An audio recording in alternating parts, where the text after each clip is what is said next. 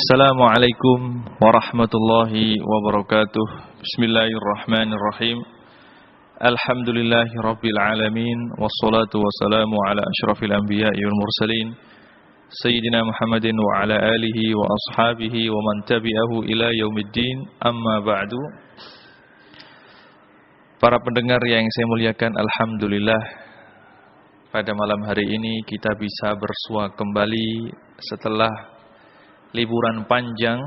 Dan sebelum kita mulai kajian kita pada malam hari ini, saya ucapkan minal aidin wal faizin, selamat hari raya Idul Fitri.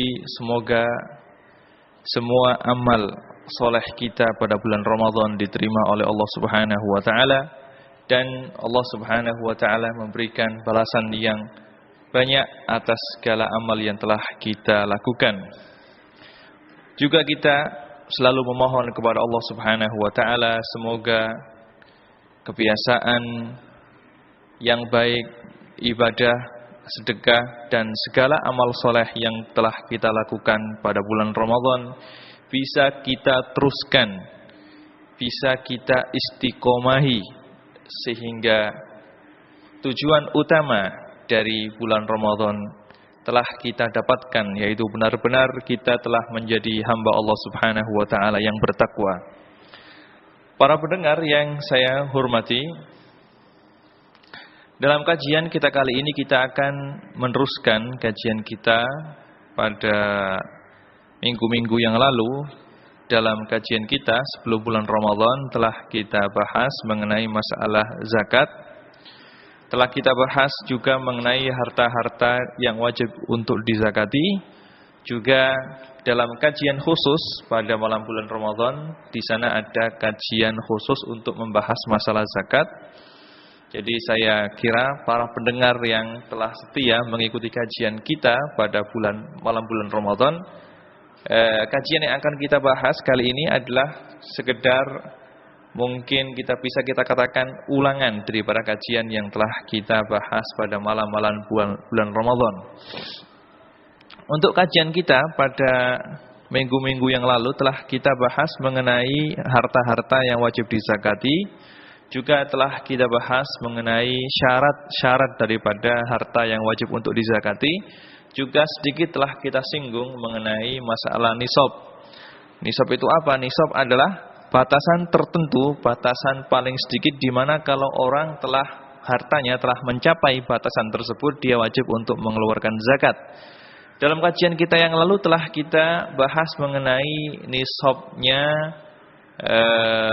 uang, nisabnya nakdain, nisabnya emas dan perak, juga nisabnya barang dagangan. Juga telah kita bahas juga mengenai nisabnya tumbuh-tumbuhan, nisabnya zakat makanan pokok, beras, gandum dan yang lainnya. Tinggal kita membahas masalah nisabnya binatang ternak, ya. Jadi untuk pertemuan kita pada malam hari ini kita akan membahas mengenai nisabnya binatang ternak. Kalau masih ada waktu kita akan membahas mengenai zakatul khalitaini, yaitu zakatnya dua barang atau dua harta yang dijadikan menjadi satu. Bismillahirrahmanirrahim. Qala al-musannifu al-imam al-allamah Ahmad bin Husain al-Asfihani asy-Syafi'i rahmatullahi alaihi fi kitabih at-Takrib qala radhiyallahu anhu wa awwalu nisabil ibli khamsun wa fiha syatun wa fi ashrin syatani wa fi khamsata asyrata salasu syiyahin wa fi 20 arba'u syiyahin wa fi 25 bintu mahadhin minal ibil wa fi 36 bintu labunin wa fi 46 hiqqatun wa fi 61 jaza'atun wa fi 76 binta labunin wa fi 91 hiqqatani wa fi 121 salasu banati labunin thumma fi kulli 40 bintu labunin wa fi kulli khamsina hiqqatun. Yang artinya nisab untuk nisab untuk binatang ternak yang pertama yaitu nisabnya onta. Jadi binatang ternak yang dimaksud dengan na'am binatang ternak di sini adalah unta sapi dan yang sejenisnya yaitu kerbau dan kambing. Adapun binatang-binatang yang lainnya seperti burung dan yang lainnya yang boleh dimakan maka tidak wajib untuk dizakati seperti yang telah kita terangkan dalam kajian yang lalu. Untuk nisabnya onta, maka nisab yang pertama adalah kalau seseorang memiliki 5 ekor onta, maka dia wajib untuk mengeluarkan 1 ekor kambing. Jadi kalau ada orang memiliki 5 ekor onta, ini adalah nisab yang pertama. Jadi kalau dia memiliki 4 ekor onta atau 3 ekor onta, maka dia belum wajib untuk mengeluarkan zakat.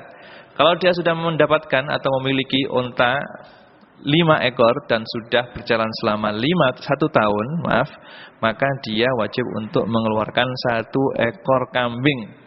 Lah kambing ini bisa dia mengeluarkan jad'atu dha'nin, yaitu kambing kibas yang umurnya 1 tahun dan telah memasuki tahun kedua, atau saniyatu ma'zin, kambing Jawa yang umurnya sudah 2 tahun memasuki tahun yang ketiga. Kalau ada orang memiliki onta 5 sampai 9, maka yang wajib dikeluarkan adalah seekor kambing. Kalau memiliki 10 sampai 14 ekor onta, maka dia wajib untuk mengeluarkan 2 ekor kambing. Kalau memiliki 15 sampai 19 ekor onta, maka dia wajib untuk mengeluarkan 3 ekor kambing. Kalau dia memiliki 20 ekor onta sampai 24, maka dia mengeluarkan 4 ekor kambing. Kalau dia memiliki 25 ekor onta sampai 35 ekor, maka yang dikeluarkan adalah bintu mahot. Bintu mahot itu apa? Bintu mahot itu adalah onta betina yang sudah berumur 1 tahun dan mau memasuki tahun yang kedua. Onta betina yang umurnya 1 tahun, sudah lengkap 1 tahun dan masuk kepada tahun yang kedua. Kalau dia memiliki 36 ekor onta sampai 45 ekor onta, maka dia wajib untuk mengeluarkan bintu labunin. Bintu labunin ini adalah onta betina yang umurnya lengkap 2 tahun dan memasuki tahun yang ketiga. Kalau dia memiliki 46 ekor onta sampai 60 ekor, maka dia wajib untuk mengeluarkan hiqqah. Hiqqah itu apa? Hiqqah onta betina yang sudah lengkap umur 3 tahun dan memasuki tahun yang keempat. Kalau dia memiliki 61 ekor onta sampai 75 ekor onta, maka dia wajib untuk mengeluarkan jaza'ah. Jaza'ah itu adalah onta betina yang umurnya sudah lengkap 4 tahun dan memasuki tahun yang kelima. Kalau dia memiliki 76 ekor onta sampai 90 ekor onta, maka dia wajib untuk mengeluarkan 2 ekor bintu labun. 2 ekor onta yang umurnya sudah 2 tahun memasuki tahun yang ketiga. Kalau dia memiliki onta 91 ekor sampai 120, maka dia sudah wajib untuk mengeluarkan hiqqotani, 2 ekor hiqqoh. 2 ekor hiqqoh. Hiqqoh itu seperti yang saya sebutkan tadi, yaitu onta betina yang sudah berumur lengkap 3 tahun memasuki tahun yang keempat.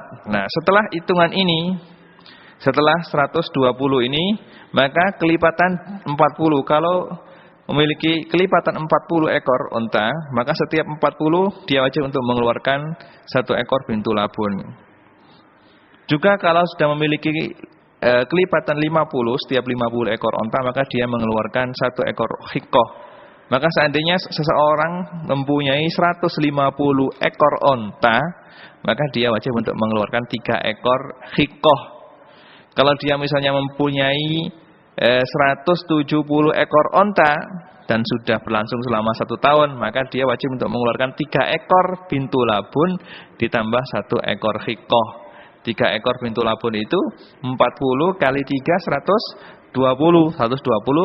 170 berarti tinggal 50. Yang 50 ini wajib mengeluarkan 1 ekor hiqqoh. Jadi kalau setelah 120 ini hitungan 120, setiap kelipatan 4 maka dia wajib mengeluarkan 1 ekor bintu labun. Setiap kelipatan 50, dia wajib untuk mengeluarkan seekor hiqah. Kalau dia mempunyai 200 ekor onta, berarti dia wajib untuk mengeluarkan 4 ekor hiqah. Nah, kalau dia mempunyai onta 240 misalnya, maka dia wajib untuk mengeluarkan berapa? 4 ekor hiqah ditambah 1 ekor bintu labun. Ini adalah untuk nisabnya onta. Dan untuk orang Indonesia tidak ada satu orang pun yang mempunyai onta banyak seperti ini.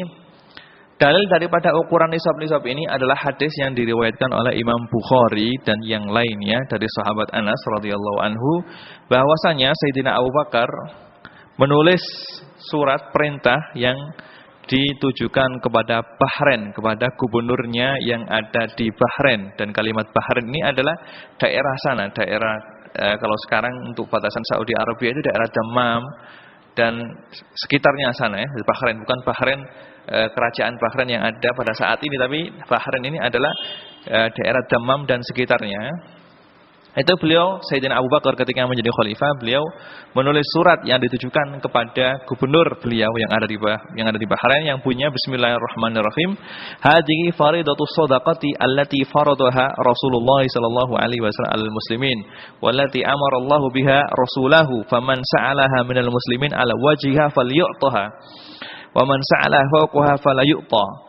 Fi arba'in wa 20 minal ibil fama dunahu minal ghanam fi kulli khamsin syatun fa idza balagha khamsan wa 20 ila khamsin wa 30 fa fiha bintu mahfudin. Jadi keterangan-keterangan yang telah saya sebutkan tadi, dalil dasarnya adalah hadis yang diriwayatkan oleh Imam Bukhari dan yang lainnya mengenai surat Sayyidina Abu Bakar yang beliau tujukan kepada gubernur beliau yang ada di Bahrain, yang mana surat ini isinya adalah perintah kepada gubernur tersebut untuk mengambil dari setiap ekor unta harus diambil 1 ekor kambing ya. Dari 10 ekor unta diambil 2 ekor kambing.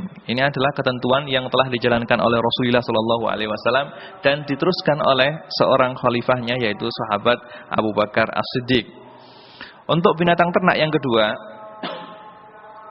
yaitu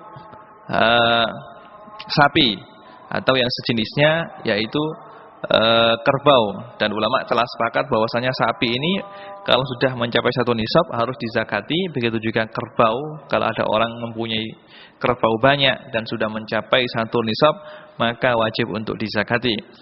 Nisabnya kerbau atau sapi adalah 30 ekor. Kalau ada orang mempunyai 30 ekor sapi atau 30 ekor kerbau, maka dia wajib untuk mengeluarkan 1 ekor tabi. 1 ekor tabi. Jadi kalau ada orang mempunyai 30 ekor sampai 39, maka wajib untuk mengeluarkan 1 ekor tabi. 1 ekor tabi ini adalah, yang dimaksud tabi ini adalah anak sapi yang umurnya sudah 1 tahun. Anak sapi yang umurnya sudah 1 tahun. Juga boleh kalau tidak punya anak sapi jantan, maka mengeluarkan tabi'ah. Jadi anak sapi betina yang umurnya sudah 1 tahun. Kalau mempunyai sapi 30 ekor dan sudah berlangsung selama 1 tahun, seperti yang saya katakan, maka wajib untuk mengeluarkan 1 ekor tabi, 1 ekor anak sapi pejantan yang umurnya 1 tahun. Atau kalau tidak ada sapi jantan, mengeluarkan tabi'ah sapi betina, umurnya 1 tahun, masuk tahun kedua. Itu kalau mempunyai 30 sampai 39. Kalau mempunyai 40 sampai 59, maka yang wajib dikeluarkan adalah musinnah. Musinnah ini adalah sapi betina yang sudah mempunyai umur 2 tahun, masuk tahun yang ketiga. Jadi kalau mempunyai 40 ekor sapi sampai 59 ekor sapi, maka wajib untuk mengeluarkan 1 ekor musinnah. 1 ekor musinnah, 1 ekor sapi betina yang sudah berumur 2 tahun dan masuk tahun ketiga. Kalau mempunyai 60 ekor sapi sampai 69, maka mengeluarkan tabi'ani, 2 ekor anak sapi jantan yang sudah berumur 1 tahun. Kalau mempunyai sapi 70 sampai 79, maka mengeluarkan musinnah, 1 ekor musinnah sama 1 ekor tabi. Kalau mempunyai 80 sampai 89 maka mengeluarkan musinnatani, 2 ekor sapi musinnah. Kalau mempunyai 90 sampai 99 maka dia mengeluarkan 3 ekor sapi tabi. 3 ekor sapi tabi ya, yaitu sapi yang sudah berumur 1 tahun masuk tahun kedua, jantan. Kalau mempunyai 100 sampai 109 maka dia mengeluarkan seekor musinnah, 1 ekor sapi betina umurnya 2 tahun masuk tahun ketiga ditambah dengan 2 ekor tabi. 2 ekor tabi yaitu 2 ekor anak sapi jantan yang umurnya sudah 1 tahun lebih. Kalau mempunyai 110 sampai 119 maka wajib mengeluarkan 2 musinnah, 2 ekor sapi betina yang umurnya 2 tahun masuk tahun ketiga dan ditambah dengan seekor sapi tabi yaitu seekor anak sapi jantan yang umurnya 1 tahun. Ini adalah berdasarkan hadis yang jadi kalau kita lihat, kita cermati setiap 30 kelipatan 30 maka dia wajib untuk mengeluarkan seekor tabi. Setiap kelipatan 30 dia wajib untuk mengeluarkan seekor tabi, seekor sapi, anak sapi jantan yang umurnya 1 tahun. Setiap kelipatan 40 dia wajib untuk mengeluarkan musinnah, yaitu sapi betina yang umurnya 2 tahun masuk tahun yang ketiga. Dalilnya adalah hadis yang diriwayatkan oleh Imam Tirmidzi dan Imam Abu Dawud dan yang lainnya dari sahabat Mu'adz radhiyallahu anhu qala ba'atsani Rasulullah sallallahu alaihi wasallam ila al-Yaman fa amarni an akhudha min kulli 30 baqarah tabi'an aw tabi'atan wa min kulli 40 baqarah musinnatan.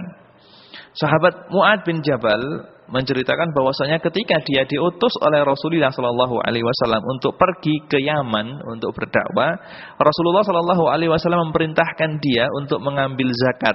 Rasulullah memerintahkan dia untuk mengambil zakat. Kalau ada orang mempunyai 30 ekor sapi, maka harus kamu ambil dari 30 ekor sapi tersebut adalah seekor sapi tabi, seekor sapi jantan yang umurnya 1 tahun masuk tahun kedua, atau tabi'ah, seekor sapi betina yang umurnya 1 tahun masuk tahun yang kedua. Kalau ada orang yang mempunyai 40 ekor sapi dan sudah berlangsung selama 1 tahun, maka kamu harus mengambil dari 40 sapi tersebut seekor sapi betina yang umurnya 2 tahun memasuki tahun yang ketiga. Ini adalah hadis sahih yang diriwayatkan oleh sahabat Mu'adz bin Jabal dari riwayat Imam Tirmidzi dan Imam Abu Dawud. Di sini Imam Abi Suja mengatakan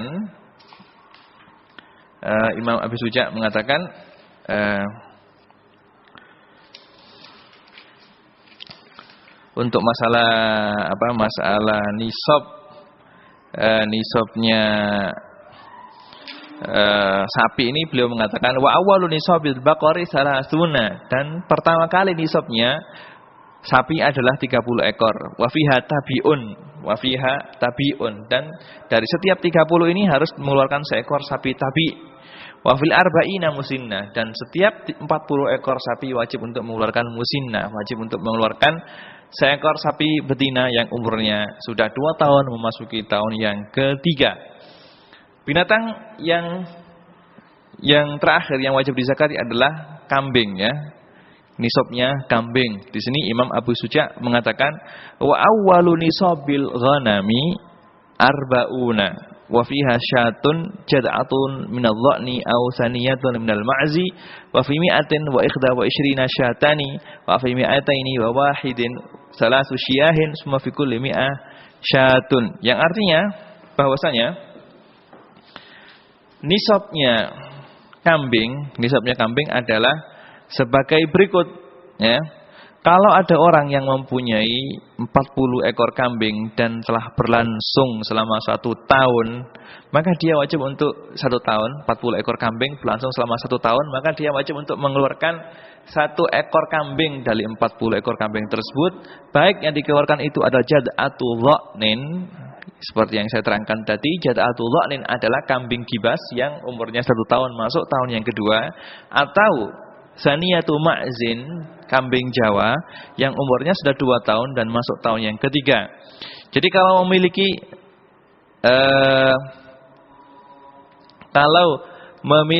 40 ekor kambing sampai 120 ya, sampai 120, maka yang wajib dikeluarkan adalah 1 ekor kambing.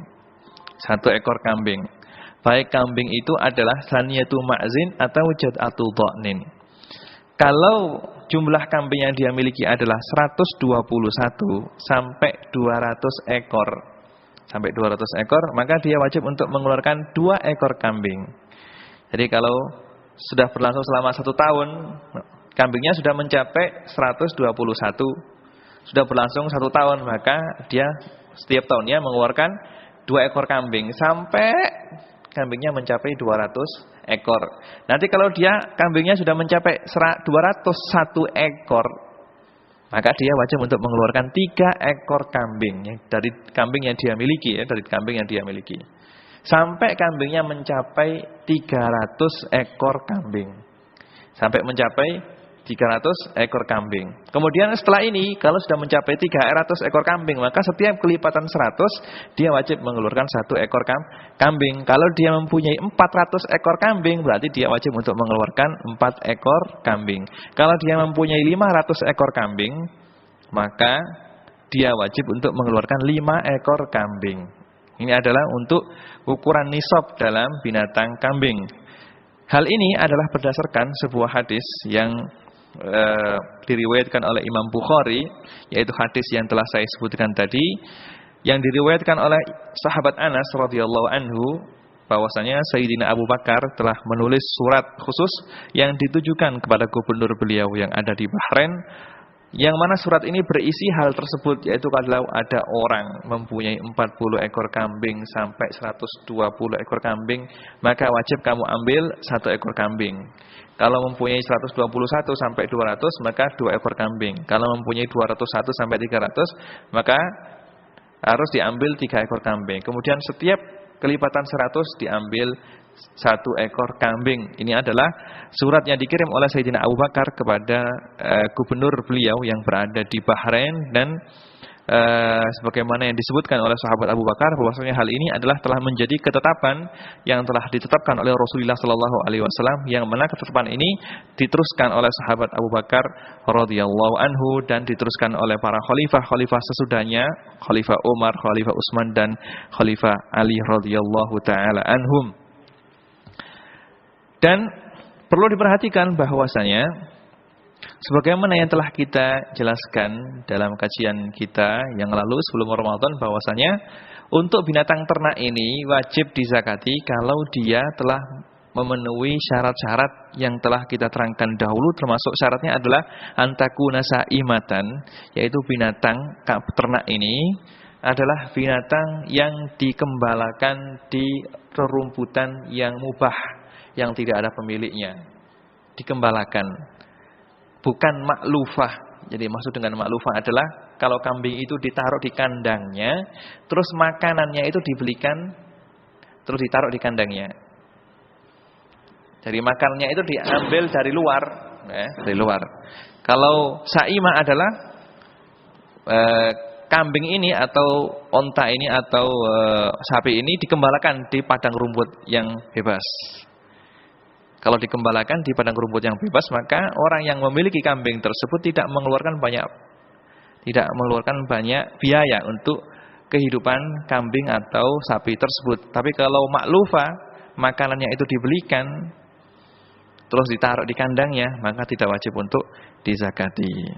Juga disyaratkan 1 tahun, ya, 1 tahun. 1 tahun berlangsung selama 1 tahun. Kalau misalnya kambingnya itu misalnya misalnya 200 ekor kambing, dia memiliki 200 ekor kambing.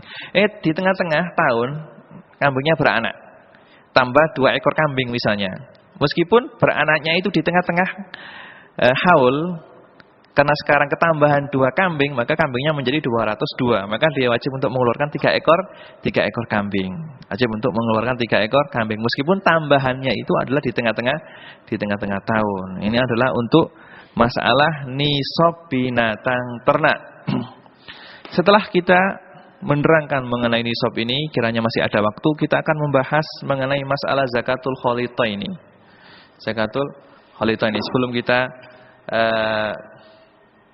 Sebelum kita meneruskan mengenai masalah zakat khalitaini ini, di sini ada sebuah pertanyaan dari Mastoni yang bunyinya bagaimana zakatnya ternak ikan patih atau ikan lele ya. Ini kalau kita lihat sekilas mengenai madhabnya Imam Syafi'i bahwasanya binatang ternak yang wajib untuk dizakati itu adalah 3 macam saja, yaitu sapi, onta, dan kambing. Maka ternak lele tidak ada zakatnya. Tapi kalau kita ternaknya lele itu untuk dijual kembali, bukan untuk dikonsumsi sendiri, dijual kembali, didagangkan, maka kena zakat tijarah. Jadi kalau ada orang peternak lele atau peternak ikan, ya, atau peternak ayam misalnya, kalau ayamnya yang diternak itu dijual, didagangkan, maka kena zakat tijarah, zakat perdagangan. Hukumnya adalah zakat tijarah. Maka peternak lele ini seandainya ketika ternak pertama kali beli, ketika pertama kali beli bibit ya, itu niatnya untuk dijual kembali ya. Kalau nanti sudah besar, maka nanti pada akhir tahun misalnya, kalau sudah mencapai 1 nisab dari nisab emas, yaitu hasil daripada peternakan ini telah mencapai misalnya nilai uang dari 85 gram emas, maka wajib untuk dizakati. Wajib untuk dizakati kalau memang dia ketika pertama kali beternak lele ini atau beternak mengembangkan peternakan ikan ini niatnya adalah memang untuk dijual kembali, Tapi kalau untuk dikonsumsi sendiri, maka dikonsumsi untuk kebutuhan keluarganya sendiri, bukan untuk diperdagangkan, maka tidak kena zakat. Itu adalah ringkas jawabannya. Zakatul khalita ini zakat binatang ternak yang dicampur menjadi satu. Di sini Imam Abi Suja mengatakan wal khalitani yuzakkayani zakatal wahidi bi syara'iti sab'ah. Binatang ternak yang dikumpulkan menjadi satu. Misalnya Zaid mempunyai 20 ekor kambing. Agar kambing ini cepat berkembang biak, maka kambing ini dikumpulkan dengan miliknya Umar. Umar punya 30 ekor kambing, dijadikan satu. Ini namanya kholitoni. Maka kambing banyak yang dimiliki oleh 2 orang ini, yang jumlahnya kambing tersebut ketika dikumpulkan sudah mencapai 1 nisab, maka seakan-akan kambing tersebut miliknya 1 orang. Wajib untuk dizakati kalau ketika dikumpulkan itu sudah mencapai 1 nisab. Meskipun kalau diambil sendiri-sendiri belum mencapai 1 nisab, karena kambingnya Zaid cuma 20 ekor, kambingnya Umar cuma 30 ekor, belum mencapai 40 ekor. Tapi wajib untuk dizakati seperti kambingnya 1 orang. Ini kalau sudah mencapai atau sudah memenuhi beberapa syarat yang akan disebutkan oleh musonef di sini. Yang pertama, idza kanal murahu wahidan, hendaknya murah. Yang dimaksud dengan murah di sini adalah kandangnya itu tidak dibeda-bedakan. Kandangnya itu tidak dibeda-bedakan. Jadi kalau Umar mempunyai 30 ekor kambing, Zaid mempunyai 20 ekor kambing, terus dijadikan satu, lah kandangnya itu tidak dibeda-bedakan. Ya sudah, kalau kandangnya itu 4 buah kandang, maka sudah kambingnya Zaid juga masuk ke situ, kambingnya Umar juga masuk ke situ.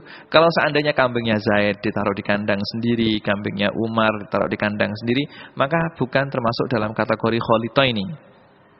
Jadi yang syarat pertama adalah kandangnya harus satu, tidak dibeda-bedakan. Yang kedua, wal masrahu wahidan.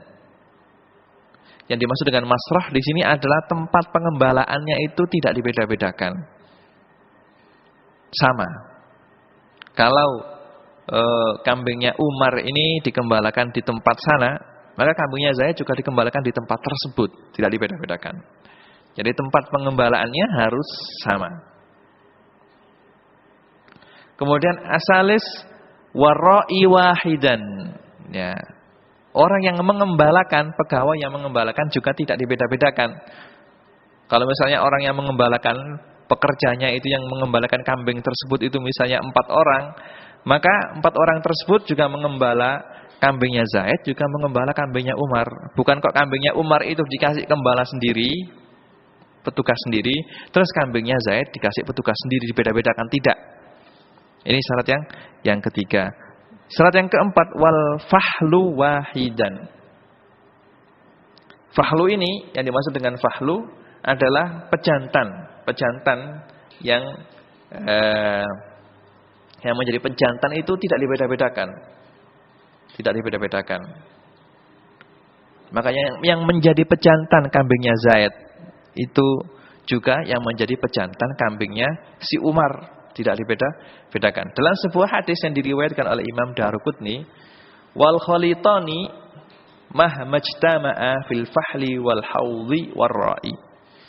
Maka khalitani itu disyaratkan harus pejantannya sama dan orang yang mengembalakan juga sama dan tempat minumnya sama. Adapun untuk pengembala ini dalam mazhab Syafi'i tidak disyaratkan harus sama. Tidak disyaratkan harus tidak dibeda-bedakan. Meskipun dibeda-bedakan tetap menjadi khalitani ya.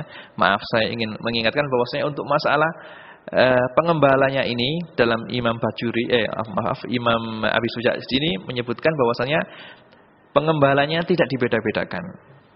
Tapi hal ini tidak disyaratkan seperti yang disebutkan oleh Imam Al-Khisni, tidak disyaratkan ya. Meskipun pengembalanya itu dibeda-bedakan, tetap kambing ini dihukumi seperti kambingnya orang satu ya. Yang kelima adalah wal masyrabu wahidan. Tempat minumnya itu sama, tidak dibeda-bedakan. Kalau kambingnya Umar itu minum di sungai A misalnya, maka kambingnya Zaid juga minum di situ. Kalau kambingnya Zaid itu minum di sumur misalnya, maka kambingnya Umar juga boleh untuk minum di sumur tersebut.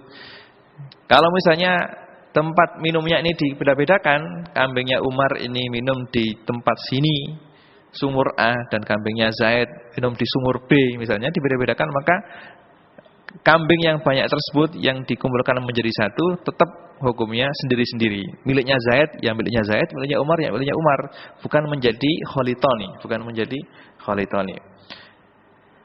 Syarat berikutnya adalah wal halibu wahidan. Orang yang memerah atau alat pemerahnya itu, kalau misalnya sapi perah atau kambing perah, itu tidak dibeda-bedakan. Ini adalah yang disebutkan oleh Imam Abi Suja. Tapi di sarahnya Imam Al-Khisni mengatakan hal ini tidak disyaratkan. Hal ini tidak disyaratkan. Begitu juga tidak disyaratkan wa maudhi'ul halbi wahidan. Tempat memerahnya itu wadah yang untuk menadai, untuk mengumpulkan susu itu tidak disyaratkan harus sama atau harus berbeda, tidak disyaratkan hal tersebut. Terus di sini Imam Abi Suja mengatakan wal maudhi'ul halbi wahidan, tempat untuk pemerahannya itu disyaratkan juga harus satu. Yang penting kalau kita lihat dari syarah yang ada, maka yang disyaratkan untuk masalah kholito ini adalah yang pertama, kandangnya harus tidak dibeda-bedakan. Yang kedua, tempat pengembalaan tidak dibeda-bedakan. Yang ketiga, pejantannya juga tidak dibeda-bedakan. Yang keempat, tempat minumnya juga tidak dibeda-bedakan. Yang kelima, tempat pemerahan susu juga tidak dibeda-bedakan. Ya, untuk dua hal yang disebutkan oleh Imam Abi Suja, yaitu hendaknya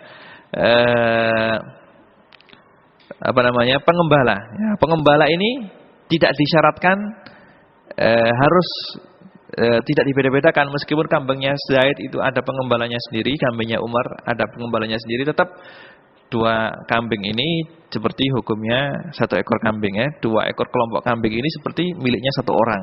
Begitu juga orang yang memerah ini tidak disyaratkan harus berbeda. Dan tidak disyaratkan harus sama, tidak disyaratkan hal tersebut. Jadi yang disyaratkan cuma 5 hal saja, 5 hal saja. Nah, kalau kita teliti, mencampurkan kambing milik 2 orang ini kadang-kadang bisa menjadi memberatkan, kadang-kadang bisa menjadi meringankan. Ya. Kapan bisa memberatkan? Memberatkan kalau memang kambing setiap orang itu belum mencapai 1 nisab, tapi karena dikumpulkan bisa mencapai 1 nisab. Seperti yang saya jelaskan tadi, kambingnya Umar 20 ekor kambing, kambingnya Zaid 30 ekor kambing. Kalau dikumpulkan dan berlangsung selama 1 tahun, maka wajib untuk dizakati. Meskipun kalau kita pisah-pisah, Umar sendiri, Zaid sendiri, belum kewajiban untuk mengeluarkan zakat. Karena kambingnya Umar masih 20 ekor dan kambingnya Zaid masih 30 ekor. Belum mencapai 1 nisab, yaitu 40 ekor kambing. Lah kadang-kadang pencampuran 2 kambing ini, 2 kelompok kambing ini kadang-kadang bisa meringankan. Contohnya bagaimana? Kalau misalnya Umar punya 40 ekor kambing, Zaid punya 40 ekor kambing, dikumpulkan menjadi 80 ekor kambing. Kalau dikumpulkan jadi 1, maka seakan-akan kalau sudah memenuhi syarat yang saya sebutkan tadi, maka seperti kambingnya orang 1. 40 tambah 40 berarti berapa? Berarti 80. Berarti mereka masih berkewajiban untuk mengeluarkan seekor kambing saja ketika zakat ya. Ketika berkewajiban untuk mengeluarkan zakat, mereka wajib untuk mengeluarkan 1 ekor kambing. Separuh dibayar oleh Zaid dan separuh lagi dibayar oleh Umar. Nah. Tapi kalau kita pisah-pisahkan, Umar sendiri dan Zaid sendiri, setiap orang wajib untuk mengeluarkan 1 ekor kambing karena kambingnya telah mencapai 1 nisab, yaitu telah mencapai 40 ekor kambing. Berarti kalau kita teliti secara jeli, kadang-kadang mencampurkan kambing-kambing ini kadang-kadang memberatkan seperti yang saya jelaskan tadi. Kalau kambingnya 20 ekor ditambah 20 ekor berarti memberatkan. Karena kalau dipisah sendiri-sendiri tidak wajib untuk mengeluarkan zakat. Kadang-kadang juga meringankan. Seperti kalau ada orang punya 40 tambah 40 berarti kewajibannya mereka adalah cuma mengeluarkan 1 ekor kambing saja. Dan perlu diketahui bahwasanya 2 macam, yakni 2 kelompok kambing yang dikumpulkan jadi 1 ini, ya, itu wajib atau dihitung seperti miliknya 1 orang saja kalau memang masing-masing dari 2 orang pemilik tadi itu adalah orang yang berkewajiban untuk mengeluarkan zakat, ya. Adalah memang orang yang berkewajiban untuk mengeluarkan zakat. Jika salah satu dari mereka itu tidak wajib untuk mengeluarkan zakat, misalnya Zaid ini mempunyai 30 ekor kambing. 30 ekor kambing ini dicampur dengan kambingnya si Fulan 40 ekor. Menjadi berapa? Menjadi 70 ekor. Lah tapi si Fulan ini agamanya bukan agama Islam, misalnya. Orang yang bukan Islam, maka si Zaid ini tidak wajib untuk mengeluarkan zakat. Karena apa? Karena teman partnernya yaitu si Fulan itu orang yang tidak berkewajiban mengeluarkan zakat karena dia bukan orang Islam. Bukan orang Islam. Jadi 2 kelompok kambing yang dimiliki oleh 2 orang ini kalau dikumpulkan hukumnya seperti kambing yang dimiliki seseorang, orang 1, kalau memang masing-masing dari kedua orang ini adalah orang yang berkewajiban mengeluarkan zakat. Kalau salah satu dari mereka itu bukan orang Islam, maka tidak berkewajiban untuk mengeluarkan zakat. Hukumnya bukan hukum kholtoh lagi, tapi seperti kambing sendiri-sendiri, seperti kambing ketika mereka memiliki sendiri-sendiri. Dan diharuskan kholtoh ini atau percampuran 2 kelompok kambing ini itu dihukumi seperti kambingnya 1 orang kalau memang percampuran itu sudah berlangsung selama 1 tahun, ya. Kalau dicampur selama 1 tahun. Misalnya mulai awal Ramadan ini kambingnya Umar dan kambingnya Zaid dicampur menjadi 1. Lah, dicampur menjadi 1. Kambingnya Umar 30, kambingnya Zaid 20, 50 ekor berarti. Dikumpulkan pada awal bulan Ramadan. Pada tahun yang akan datang, misalnya pada pada permulaan Sya'ban, mereka ada masalah misalnya. Jadi semuanya pisah, kambingnya dipisah lagi seperti biasa. Maka kalau sudah dipisah berarti tidak menjadi malul kholitoh ini lagi, tidak menjadi seperti kambing yang dimiliki oleh seseorang. Karena apa? Karena kholtoh atau percampuran yang dilakukan belum mencapai 1 tahun, belum mencapai satu tahun ya, maka tidak wajib untuk dizakati seperti miliknya satu orang. Ini adalah dua harta yang satu jenis yang dicampur menjadi satu. Yang dicampur menjadi satu yaitu antara kambing. Memang untuk percampuran harta yang satu jenis, dua harta yang satu jenis dicampur menjadi satu, dan percampuran ini yu'asir, bisa berpengaruh dalam kewajiban zakatnya. Ini kalau memang untuk harta binatang ternak, kambing sama kambing dan sapi sama sapi, onta sama onta, ini tidak ada khilaf, tidak ada perbedaan pendapat di antara para ulama bahwasanya wajib untuk dikeluarkan zakatnya seperti zakat bila yang memilikinya adalah satu orang saja.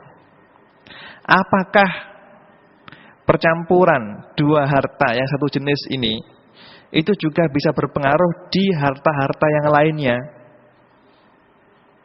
Misalnya apakah berpengaruh di harta dagangan atau di harta pertanian atau di buah-buahan atau di harta-harta yang wajib dizakati yang lainnya? Nah, di sini ada dua pendapat. Yang muktamad dalam mazhabnya Imam Syafi'i yang sahih adalah iya. Kalau demikian berarti kalau misalnya ada dua orang yang sepakat untuk sama-sama membuat restoran misalnya. Misalnya Zaid sama Umar ini sepakat untuk mendirikan restoran. 50% modal dari Zaid dan 50% modal dari Umar. Dan mat'am atau restoran ini dibuka pada awal bulan Syawal. Pada pertama kali Id dibuka langsung. Terus berarti kalau sudah mencapai 1 tahun, berarti mat'am atau restoran yang modalnya dimiliki oleh dua orang ini dizakati seperti zakatnya satu orang yang memiliki. Syarikah, ya. Kongsi dagang dalam hal ini wajib untuk dizakati seperti zakatnya satu orang. Maka ketika akhir tahun, maka dijumlah harta yang ada, modal yang masih ada dan laba yang ada, kemudian barang yang ada berapa, nanti dizakati seperti zakatnya satu orang. Begitu juga misalnya toko, misalnya ada dua orang sepakat untuk membuat toko misalnya. Dua orang ini misalnya modalnya 50-50, maka nanti kalau sudah berlangsung selama 1 tahun, maka dizakati. Kalau sudah mencapai 1 nisab dan sudah berlangsung selama 1 tahun, maka toko tersebut dizakati seperti zakatnya satu orang yang memiliki saja. Begitu juga ada dua orang misalnya sepakat untuk sewa sawah, untuk menyewa sawah. Sawah yang besar misalnya. Modalnya adalah 50-50 misalnya, atau 4 orang misalnya, setiap orang modalnya 25%. 4 orang ini menyewa sawah. Sawah ini digarap. Pada panen yang pertama, hasil yang dihasilkan sudah mencapai 1 nisab, maka wajib untuk dizakati. Meskipun pemiliknya itu 4 orang, maka dianggap yang memiliki seperti 1 orang. Nah, misalnya mereka cuma mendapatkan misalnya cuma mendapatkan 2 ton misalnya, kalau dibagi menjadi 4 orang cuma sekitar 500 kilo. Lah 500 kilo belum berkewajiban untuk mengeluarkan zakat, tapi karena ini adalah syarikah, perkumpulan 4 orang yang sama-sama sepakat untuk menjalankan bisnis ini, maka wajib kalau akhir tahun, kalau sudah mencapai 1 nisab, maka wajib dizakati seakan-akan pertanian yang mereka lakukan 4 orang ini seakan-akan dimiliki oleh satu orang saja. Cuma di sini ada beberapa syarat yang harus diperhatikan. Kalau dagangan yang dijalankan, kongsi dagang ini dimiliki oleh misalnya 2 orang atau 3 orang, maka nantinya pada akhir tahun wajib dizakati seperti zakat yang dikeluarkan oleh 1 orang. Disyaratkan hendaknya seperti yang disebutkan dalam Kifayatul Ahyarin, hendaknya penjaga tokonya 1, tidak dibeda-bedakan. Juga tempat penyimpanan barang juga tidak dibeda-bedakan. juga apalagi timbangannya juga tidak dibeda-bedakan. Jadi semuanya itu sudah dicampur baur menjadi satu. Begitu juga untuk hasil tanaman padi, tanaman pokok. Maka kalau ada 4 orang sepakat untuk menyewa sawah yang luas misalnya, maka dalam hal ini disyaratkan al-haris, penjaga sawah tersebut adalah tidak dibeda-bedakan. Juga tempat untuk mengeringkan hasil tanaman tersebut tidak dibeda-bedakan. Juga tempat penyelepan padi tersebut juga tidak dibeda-bedakan. Semuanya dicampur baur menjadi satu. Kalau sudah dipenuhi syarat-syarat ini, maka syarikah yang dimiliki oleh 4 orang ini seakan-akan dimiliki oleh satu orang saja. Begitu juga kalau ada misalnya orang kaya, 4 orang kaya sepakat untuk mendirikan sebuah pabrik misalnya, maka pabrik ini memproduksi sebuah produksi, baik itu pabrik mebel atau pabrik yang lainnya. Maka pada akhir tahun wajib untuk dizakati, dan setiap orang wajib untuk pabrik yang dimiliki oleh 4 orang tersebut pada akhir tahun dijumlah. Kalau sudah mencapai 1 nisab, maka dizakati seperti pabrik tersebut dimiliki oleh satu orang saja. Ini adalah berdasarkan yang disebutkan dan diputuskan oleh para fuqaha mengenai masalah kholitaini ini. Memang kholitaini ini untuk binatang ternak tidak ada khilaf, tapi untuk harta-harta yang lain masih ada khilaf. Cuma pendapat yang muktamad, yang wajib untuk kita pegang adalah wajib untuk dizakati seperti harta tersebut dimiliki oleh satu orang saja. Kiranya cukup sekian kajian yang bisa kita ambil untuk pertemuan kita pada malam hari ini. Mudah-mudahan apa yang telah kita kaji bisa kita amalkan dan bermanfaat untuk kehidupan kita di dunia dan di akhirat. Nas'alullah subhanahu wa ta'ala ayarzuqana ilman nafi'a wa yarzuqana al-amal bihi. Wa sallallahu ala sayyidina Muhammadin wa ala alihi wa sahbihi wa sallam. Subhana rabbika rabbil izzati amma yasifun. Wa salamun alal mursalin walhamdulillahi rabbil alamin. Wassalamu alaikum warahmatullahi wabarakatuh.